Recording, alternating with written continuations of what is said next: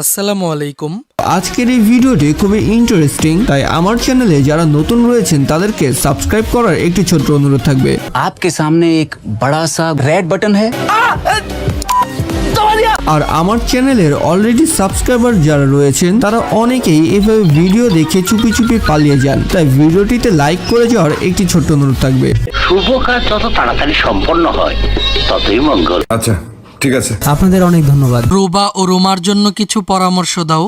এই প্রশ্নটির নমুনা উত্তর হিসেবে তোমরা লিখতে পারো, রোমার জন্য পরামর্শ, যেহেতু তার হাত থেকে পড়ে সিরামিকের খেলনাটি ভেঙে গিয়েছে, সেহেতু তাদের উচিত ছিল দোকানদারকে বিষয়টি বলা এবং খেলনাটির সমমূল্য দোকানদারকে দিয়ে দেওয়া।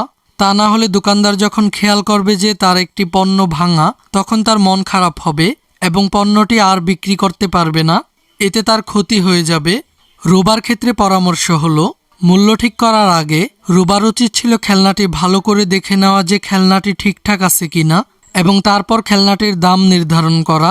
আচ্ছা ঠিক আছে। Bye bye, tata, good bye.